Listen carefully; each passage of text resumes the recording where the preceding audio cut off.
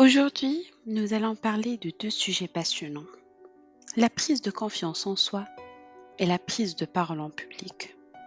Que vous soyez en train de lutter avec l'un ou l'autre ou les deux, je vais vous donner des astuces pour développer votre confiance en vous. Êtes-vous déjà ressenti ce frisson d'effroi juste avant de prendre la parole en public? Ou peut-être avez-vous eu l'impression que vos jambes étaient en coûtant et que votre cerveau avait disparu? Eh bien, ne vous inquiétez pas, vous n'êtes pas seul. La première étape pour développer la confiance en soi est de comprendre ce que cela signifie. La confiance en soi n'est pas synonyme d'arrogance ou d'égocentrisme. C'est plutôt la croyance en votre propre valeur, vos compétences et votre capacité à faire face aux défis de la vie. Cela commence par l'acceptation de vous-même tel que vous êtes, avec vos forces et vos faiblesses. L'estime de soi joue un rôle essentiel dans la confiance en soi. Pour renforcer votre estime de vous, commencez par prendre soin de votre bien-être mental et émotionnel. Pratiquez l'autocompassion et apprenez à vous pardonner pour vos erreurs. Reconnaissez vos réalisations et vos compétences, aussi petites soient-elles. La confiance en soi se développe lorsque vous sortez de votre zone de confort. Et cela signifie prendre des risques, affronter vos peurs et relever de nouveaux défis. Chaque fois que vous surmontez un obstacle, votre confiance en vous grandit.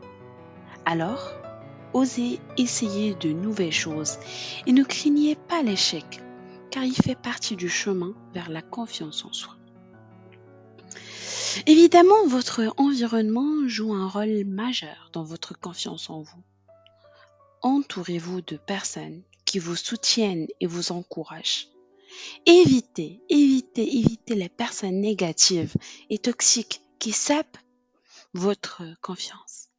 De plus, la pratique de la pensée positive et de l'affirmation de soi peut renforcer votre estime de vous. La confiance en soi ne se construit pas du jour au lendemain. Cela prend du temps et de la patience, mais soyez bienveillant envers vous-même et comprenez que des hauts et des bas font partie du processus. Continuez à travailler sur vous-même, à apprendre et à grandir, et votre confiance en vous s'améliorera avec le temps. La première règle d'or pour bien parler en public, c'est la préparation. C'est comme cuisiner un gâteau. Vous ne voulez pas vous retrouver avec une soupe de mots, n'est-ce pas? Alors, préparez-vous. Connaissez votre sujet sur le bout des doigts. Anticipez les questions et préparez des anecdotes intéressantes. Cela vous donnera la confiance nécessaire pour briller sur scène. Parlons maintenant du fameux trou noir. Vous savez, ce moment où votre esprit décide de prendre des vacances juste au moment où vous parlez en public. C'est comme si votre cerveau avait décidé de faire du camping.